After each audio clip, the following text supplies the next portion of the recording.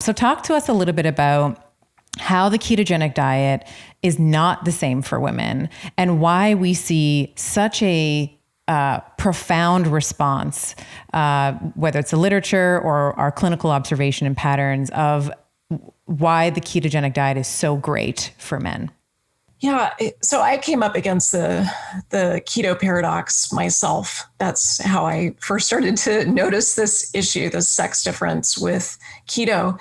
And it came up first when I did the Atkins diet with my husband back when we were engaged and we were getting ready for our wedding. He lost 20 pounds in a short amount of time. I maybe lost 2 pounds. It was so frustrating. And, I just kind of chalked it up at the time to, well, he's an athlete. He exercises more than me. I was seeing patients and, exercising as much as I could.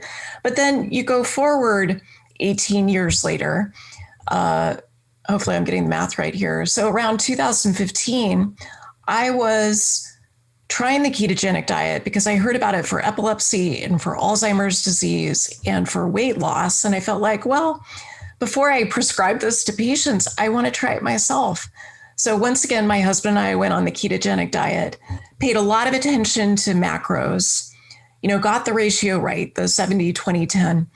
And I did not lose weight. In fact, I gained weight. So I'm in my 40s at this point. My husband, of course, again, dropped about 20 pounds.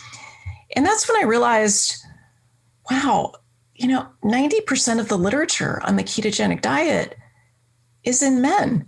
And the ones that are done on women, mostly they're adolescents, like with epilepsy. And look at all the problems that they have. They've got more thyroid dysfunction. They've got, 45% of them would lose their menstruation. So issues with luteinizing hormone pulsatility, estrogen, progesterone, probably testosterone in those folks as well. So that's what got me to look at this issue of the difference between men and women and why men have so much of a robust response to the ketogenic diet compared to women. We need more evidence and literature and research on women. But there's some other aspects to the keto paradox too, which is I think of it as a medical treatment. I think of it as a medical intervention. It's not something that I think people should just do on their own with no supervision and no guidance and recommendations about how to keep them safe. Because there's some people who respond so well to the ketogenic diet, both men and women. There are super responders. So we want to understand who those people are, because those are the ones who are ideally matched to a ketogenic diet. The ones who don't respond as a super responder, we want to make some adaptations for those women so that they can get a better response, more similar to what we see in men. And then there's folks who have issues with the ketogenic diet. And that's part of the paradox too. There's some literature. I remember reading some papers by Siddhartha Mukherjee, who's an oncologist at Columbia. And he's been writing about the use of a ketogenic diet in different types of cancer.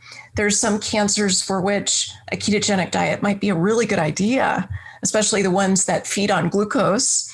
But then there's other cancers where it may not be a good idea. So there's a bit of a paradox, and we want to be able to understand this nuance. It's not a blanket statement that keto is good for everyone. I want to be sure that that comes through loud and clear, because we have to personalize. We have to figure out, is the ketogenic diet the right fit for you? Even if you lose weight and you have, better brain function, is it creating inflammation elsewhere? Is it raising your low density, your LDL, your lipoprotein? Is it affecting some of those inflammatory biomarkers that we need to be tracking? So that's the keto paradox. Basically, it's that men do a lot better than women, but we want to then understand the why and how to address it. Yeah, really well said. And I think, to your point, I've been implementing the ketogenic diet in clinic and online for, since 2016.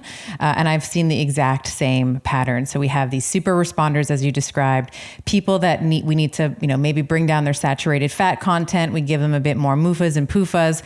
And then there's the people where their LDLP particle numbers it's like they're 3,000 or 4,000. Yeah. And you're like, okay, this is not the diet for you. Yes. And then, you do a lot of genomics. So then you kind of, if you do a little bit of digging, you're like, oh, okay, you're PPAR alpha, you got all of these genes where you just do not do well with the metabolism of, or, apoproteins. You don't have the proper metabolism or the capacity to metabolize fat. So